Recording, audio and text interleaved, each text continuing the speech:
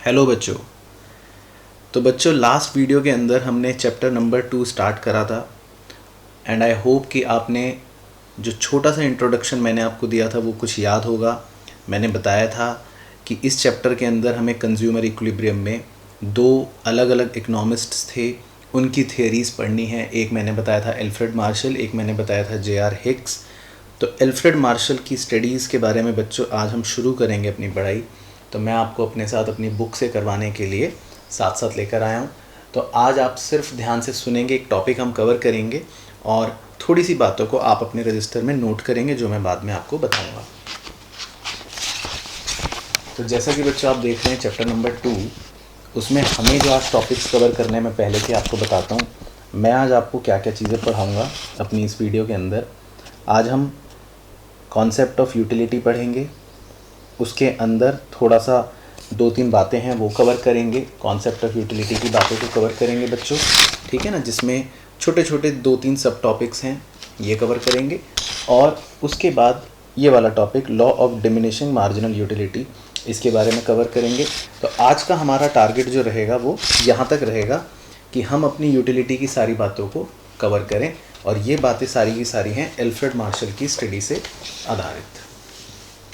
तो अब आप रजिस्टर में मेरे साथ साथ हेडिंग डाल देंगे बच्चों, बिल्कुल सब बच्चे।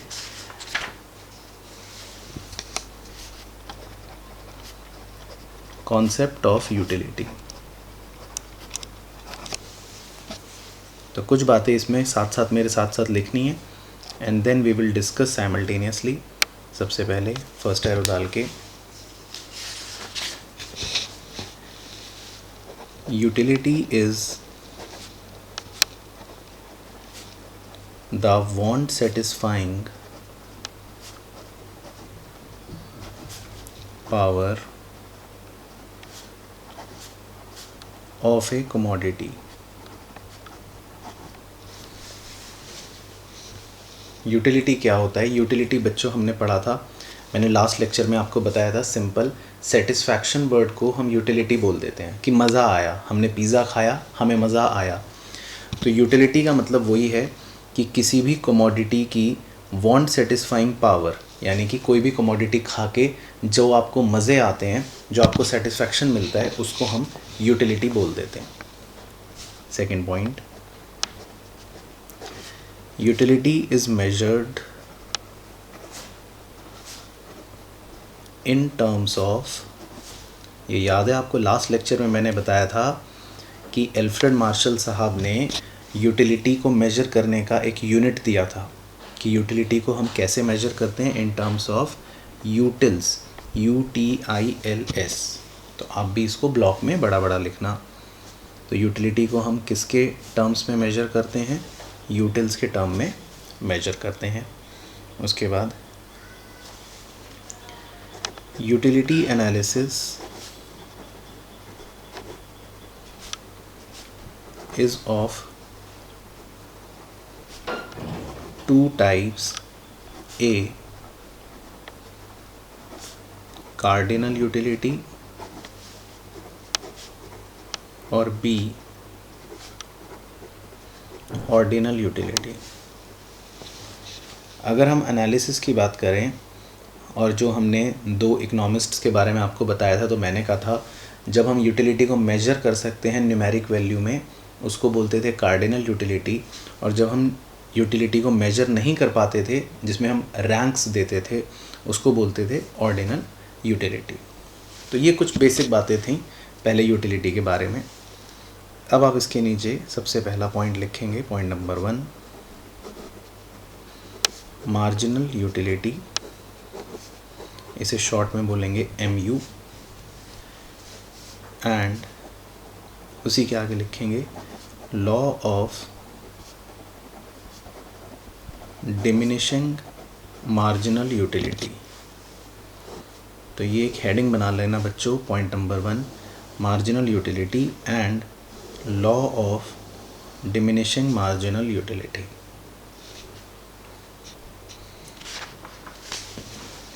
तो सबसे पहले हम इसमें लिखेंगे अजम्पशंस। आज हम सारी स्टडी बच्चों एल्फ्रेड मार्शल की कर रहे हैं। एल्फ्रेड मार्शल वो व्यक्ति हैं जिन्होंने कहा था कि हम सेटिस्फैक्शन को मेजर कर सकते हैं, ठीक है ना। तो आज हम उनके कुछ अजम्पशन पढ़ेंगे, मतलब जैसे कि कुछ चीज़ें एज्यूम कर लेते हैं।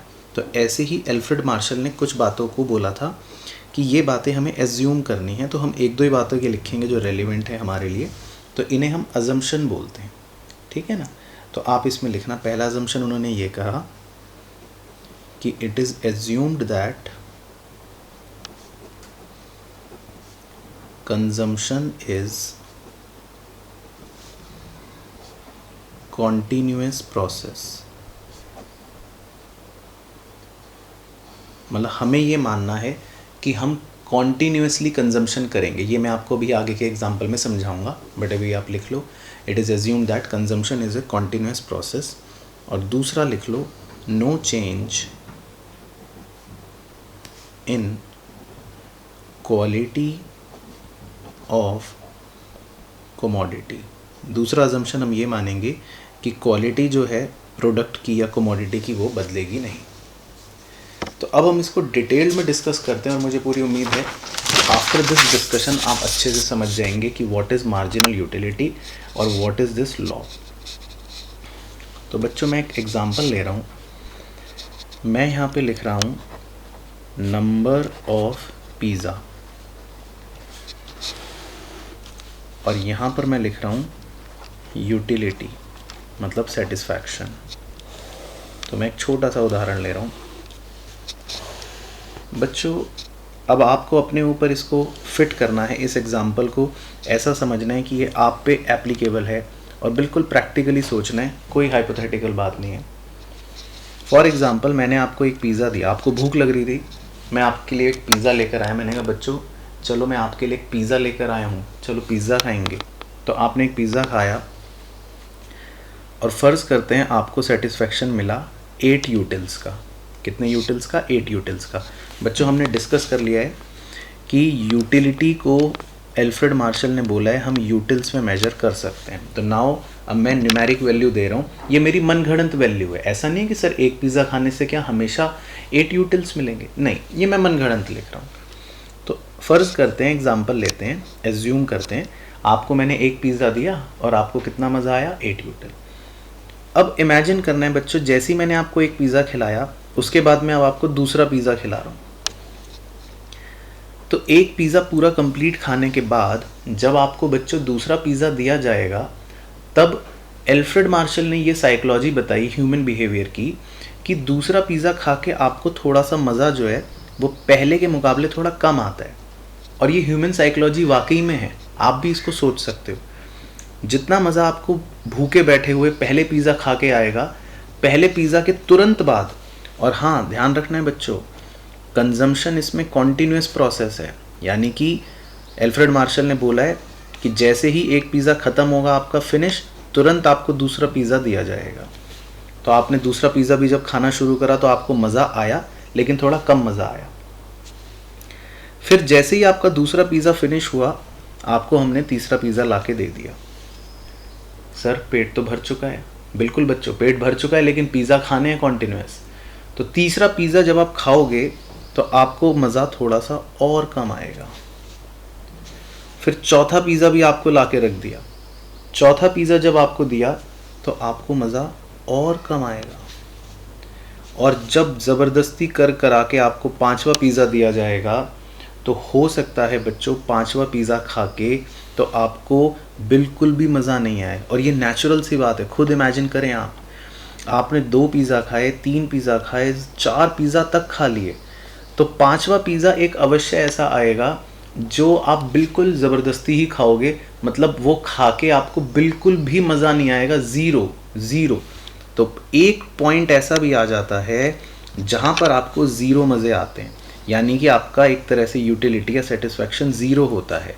उस पॉइंट को पॉइंट ऑफ सैचुरेशन या पॉइंट ऑफ सैटिटी बोलते हैं बच्चों। इसका मतलब कि बस हो गया, अब आप आगे अगर खाओगे तो अब आपको उल्टी हो जाएगी, यानी कि अब इसके बाद अगर आपको कोई छठा पिज़्ज़ा भी खिला देगा तो आपको सेटिस्फैक्शन तो मिलेगा नहीं, उल्टा आपकी तबीयत और ख़राब हो जाएगी, यानी कि आपकी सेटिस्फैक्शन नेगेटिव में चली जाएगी। तो क्या आप इस साइकोलॉजिकल ह्यूमन बिहेवियर को अपने आप से लिंक कर पा के देख रहे हो कि ये वाकई में फैक्ट है बच्चों, कि अगर आपको एक के बाद एक पिज़्ज़ा खिलाएंगे तो पहले में तो बहुत मज़ा आएगा, दूसरे में थोड़ा मज़ा कम हो जाएगा, तीसरे में थोड़ा सा मज़ा और कम हो जाएगा और कम, और पाँचवें तक आते आते तो आपको मज़ा ज़ीरो मिलेगा, जिसको बोलते हैं पॉइंट ऑफ सेचुरेशन। और अगर कोई पाँचवें के बाद छठा भी खिला देगा ज़बरदस्ती, या सातवां भी खिला देगा, तो बस आपकी तबीयत खराब हो जाएगी, आप उल्टियाँ कर दोगे, यानी कि सेटिस्फैक्शन तो मिला नहीं, उल्टा नेगेटिव सेटिस्फैक्शन हो गया। तो बच्चों इस यूटिलिटी को जो हमने यहाँ पे लिखी, इस यूटिलिटी को 8 6 4 2 0 -2 को, इस यूटिलिटी को ही मार्जिनल यूटिलिटी बोलते हैं। तो जिसको हम खाली यूटिलिटी बोल रहे थे, that utility is only marginal utility, उसी को मार्जिनल यूटिलिटी बोलते हैं। अब आते हैं कि भाई जो हमने हेडिंग लिख रखी है मार्जिनल यूटिलिटी, वो तो मैं समझ गया। ये law of diminishing marginal utility ये क्या है? लॉ का मतलब होता है बच्चों कानून। कानून मतलब एक ऐसी चीज़ जिसको हर किसी को पालन करना पड़ता है, हर किसी को फॉलो करना पड़ता है। क्या है कानून? डिमिनिशिंग, डिमिनिशिंग का मतलब कम होना, डिक्रीज होना। क्या कम होना? मार्जिनल यूटिलिटी का कम होना। तो ये लॉ पता है क्या कहता है? इस कानून में लिखा है, ये कानून है बच्चों, कि मार्जिनल यूटिलिटी कम होती रहेगी, कम होना, डिमिनिशिंग। यानी कि कानून में ये लिखा है कि जैसे जैसे आप गुड्स ज़्यादा कंज्यूम करोगे तो आपकी मार्जिनल यूटिलिटी उतनी उतनी कम होती रहेगी। ये कानून है। तो अब आपको भी ये टैबुलर फॉर्मेट बनाना है पहले, और मेरे साथ साथ इसके नीचे लिखना है the law of diminishing marginal utility states that. बच्चों आपको भी सब कुछ लिखना है, ये टेबल भी लिखनी है, ये कहानी भी सबको लिखना है, नोट्स में कुछ भी छोड़ना नहीं है। The law of diminishing marginal utility states that as the units of good consumed increase, as the units of good consumed increase, comma, the marginal utility, marginal utility बच्चों मतलब यही satisfaction, the marginal utility मतलब जो मज़े आ रहे हैं हमें, the marginal utility of that good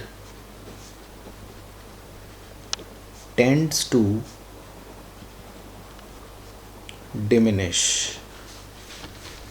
tends to diminish का मतलब है, diminish मतलब कम होना, tends to मतलब कि कम होने की तरफ या कम होगा। तो इस पूरे लॉ का मतलब ये है, इस कानून का मतलब ये है कि जैसे जैसे आप गुड्स का कंजम्पशन ज़्यादा करोगे, जितने ज़्यादा पिज़्ज़ा आप खाते रहोगे, आपकी मार्जिनल यूटिलिटी उतनी कम होती रहेगी बच्चों। और एक पॉइंट पर आकर तो, पाँचवें पिज़्ज़ा पर आकर तो आपका पेट पूरा भर चुकेगा, यानी आप सैचुरेशन पर पहुंच जाओगे, सैटिटी बोलते हैं, और उसके बाद तो ये नेगेटिव होनी शुरू हो जाएगी। ठीक है ना? तो जैसे मतलब ये समझ लो, ये एक बाल्टी है और इसमें आप पानी डाले जा रहे हो, ये पिज़्ज़ा डाले जा रहे हो। तो पहले तो क्या होगा? मज़ा आएगा, पेट भरना शुरू हुआ, और मज़ा आया और मज़ा आया और मज़ा आया।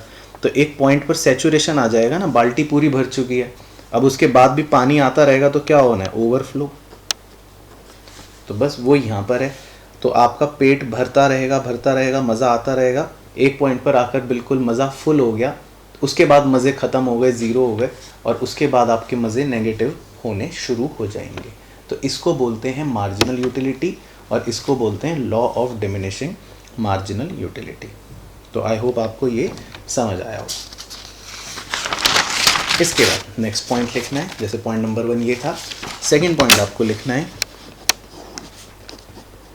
Total utility.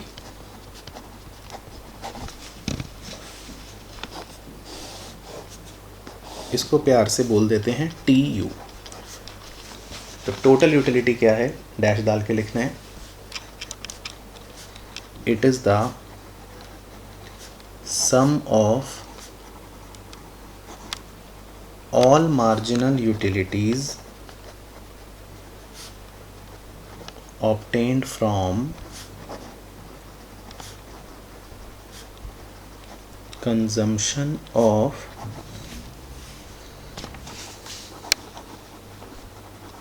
different units of a commodity. It is the sum of all marginal utilities obtained from consumption of different units of a commodity. इसमें sum of all marginal utilities को बस आप अंडरलाइन कर लो. तो टोटल यूटिलिटी का एक mathematical formula होता है कि मार्जिनल यूटिलिटी फर्स्ट यूनिट का, मार्जिनल यूटिलिटी सेकंड यूनिट का, मार्जिनल यूटिलिटी थर्ड यूनिट का, अगर हम जोड़ते चलें फोर्थ यूनिट का अप टू ऐसे, तो टोटल यूटिलिटी जो होता है वो सम होता है सिग्मा. इसको मैथमेटिकली सिग्मा से संबोधित कर देते हैं. तो टोटल यूटिलिटी होता है सिग्मा ऑफ एम यू, यानी मार्जिनल यूटिलिटी का सिग्मा. तो इसका हम एक उदाहरण अपना वही वाला लेते हैं, नंबर ऑफ पिज़्ज़ा और मार्जिनल यूटिलिटी जो हमने ऑलरेडी बनाया था.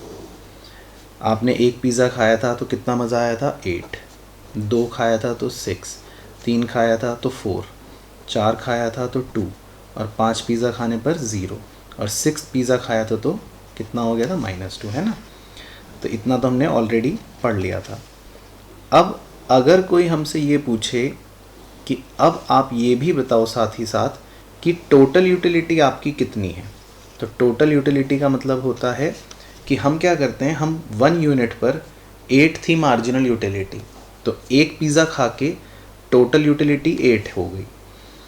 अब सेकंड पिज़्ज़ा खा के मार्जिनल यूटिलिटी थी 6, तो आपको यहाँ तक दोनों मार्जिनल यूटिलिटीज़ को जोड़ लेना है. तो 8 और 6, तो 8 + 6 कितनी हो गई टोटल यूटिलिटी 14.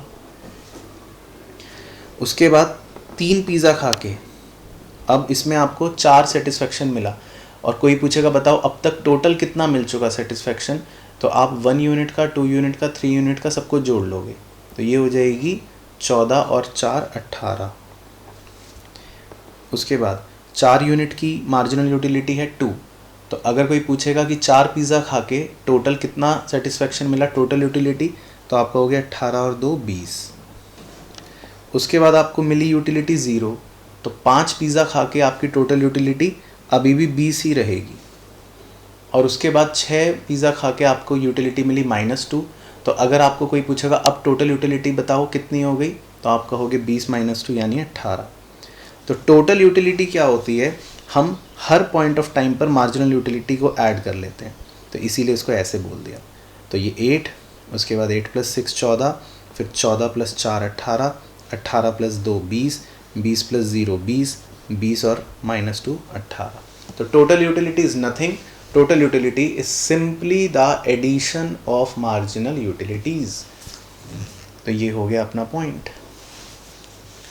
अब जो इसमें एक इम्पॉर्टेंट चीज़ है वो है इन दोनों का रिलेशनशिप. तो आप मेन हेडिंग अब डालना पॉइंट नंबर 2 लिखने के बाद, रिलेशनशिप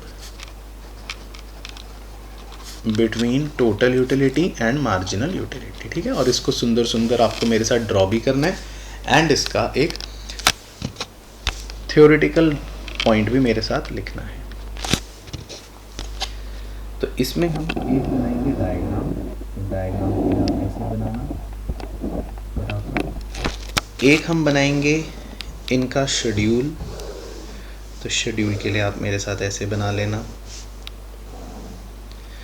और इनके बारे में कुछ बातें लिखेंगे वो बाद में भी लिखते हैं. तो इस टॉपिक को हम इम्पॉर्टेंट भी मार्क करेंगे. ये टॉपिक एक तो इम्पॉर्टेंट है 3 या 4 मार्क्स में. तो अल्टीमेटली पहला क्वेश्चन हमें मिल गया अब तक की हमारी पढ़ाई का कि टोटल यूटिलिटी और मार्जिनल यूटिलिटी का रिलेशन क्या होता है. तो पहले सिर्फ आप देखेंगे और लिखेंगे बाद में. पहले पूरी एक्सप्लेनेशन, अब 5 मिनट कम से कम आपको सिर्फ सुनना है और देखना है, लिखना बाद में है, वीडियो को पॉज करके जब मैं ख़त्म करूँगा तब. अभी लिखने का काम आपको नहीं करना. तो बच्चों मैं आपको एक कहानी सुनाता हूँ. आपने पहला पिज़्ज़ा खाया और मान लेते हैं आपको सेटिस्फेक्शन मिला 6 का. दूसरा पिज़्ज़ा खाया, सेटिस्फेक्शन मिला 4 का. तीसरा पिज़्ज़ा खाया, सेटिस्फेक्शन मिला 2 का. और चौथा पिज़्ज़ा खाया तो सेटिस्फेक्शन मिला 0। अब यहाँ तक आपको कोई टोटल यूटिलिटी बोलेगा कि निकालो, तो एक पिज़्ज़ा खाने पर मिला 6, 2 पिज़्ज़ा खाने पर टोटल मिल गया 10, 3 पिज़्ज़ा खाने पर टोटल मिल गया 12 और 4 पिज़्ज़ा खाने पर भी टोटल रहा 12।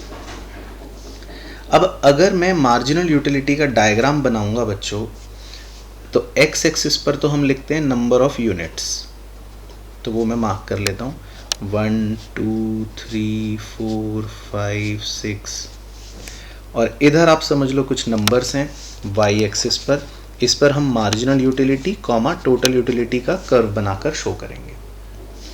तो बच्चों 1 यूनिट पर मार्जिनल यूटिलिटी है 6, तो मान लो 1 यूनिट के ऊपर ये पॉइंट में 6 ले लेता हूँ। 2 पर हो गई 4, तो 2 पर हो गई 4, ये 4 ले लेता हूँ। 3 यूनिट पर हो गई 2, तो मैं ये ले लेता हूँ, और 4 यूनिट पर हो गई 0, यानी ये। तो मार्जिनल यूटिलिटी अगर मैं अभी तक बनाऊंगा तो मेरा कर्व एक ऐसा बन जाएगा, ठीक है ना, 6 4 2 0।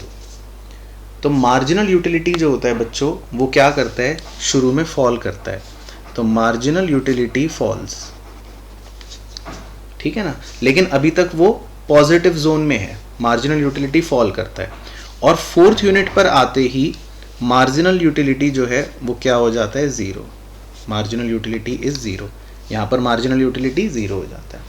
अच्छा, अब देखो, अगर मान लो मैं 5वां पिज़्ज़ा भी खाता तो अब मेरे को यूटिलिटी कितनी मिलती, नेगेटिव।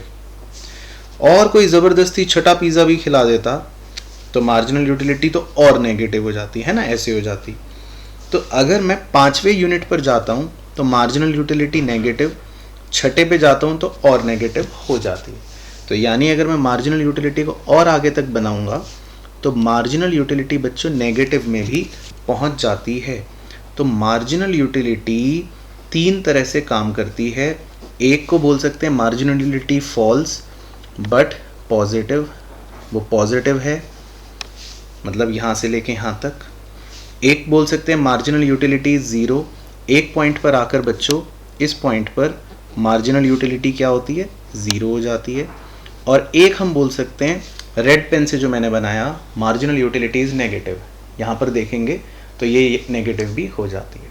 तो अगर हम खाली मार्जिनल यूटिलिटी की वैल्यूज़ को देखकर उसको प्लॉट करते हैं तो बच्चों एक ऐसा कर्व बन जाता है, ठीक है। तो आई होप पहले इतना आपको समझ आया। उसके बाद टोटल यूटिलिटी अगर मैं आगे कंटिन्यू करूं तो 6 10 12 12 इसकी अगर मैं प्लॉटिंग करूं तो 1 यूनिट पर 6 यही था, 2 यूनिट पर 10, तो 10 मान लेते हैं, कहीं यहाँ पर कहीं प्लॉट कर लेते हैं। 3 यूनिट पर 12, तो 3 यूनिट पर 12 हम कहीं यहाँ पर प्लॉट कर लेते हैं। उसके बाद 4 यूनिट पर भी 12 है, तो बच्चों देखो 3 पर भी 12 है और 4 पर भी 12 है, तो ये बिल्कुल ऐसे हो जाता है थोड़ी देर के लिए। फिर उसके बाद अगर निकालूं तो 12 के बाद -2, तो यानी ये 10 हो गया। 10 के बाद -4, तो ये 6 हो गया। तो यानी 5 यूनिट के बाद टोटल यूटिलिटी 10 हो जाएगा, यानी यहाँ पर कहीं आ जाएगा, और 6 यूनिट पर 6 हो जाएगा, तो यानी यहाँ पर कहीं आ जाएगा। तो अगर मैं टोटल यूटिलिटी की इन बिंदियों को जोड़ूंगा तो देखो कैसे बनेगी, ये गई ऊपर, फिर थोड़ा सा ऐसे सीधी की सीधी रही क्योंकि 12 to 12 रहा, और उसके बाद ये नीचे आ गई। इस कर्व को बोलते हैं टोटल यूटिलिटी। ओके बच्चों, तो टोटल यूटिलिटी भी 3 तरह से काम करता है।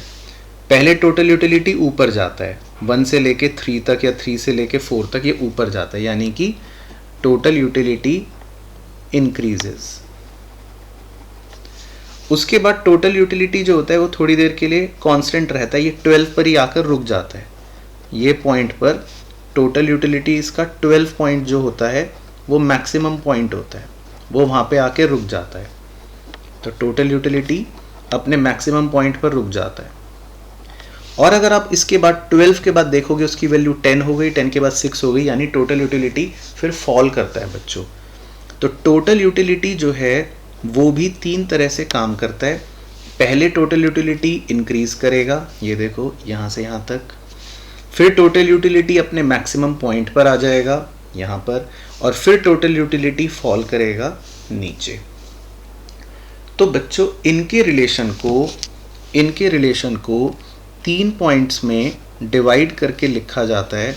वो 3 पॉइंट्स कैसे डिराइव होते हैं? वो 3 पॉइंट्स ऐसे डिराइव होते हैं कि जब तक मार्जिनल यूटिलिटी इंक्रीज कर रहा है, या मार्जिनल यूटिलिटी फॉल कर रहा है बट पॉजिटिव है, तब तक टोटल यूटिलिटी इंक्रीज कर रहा है।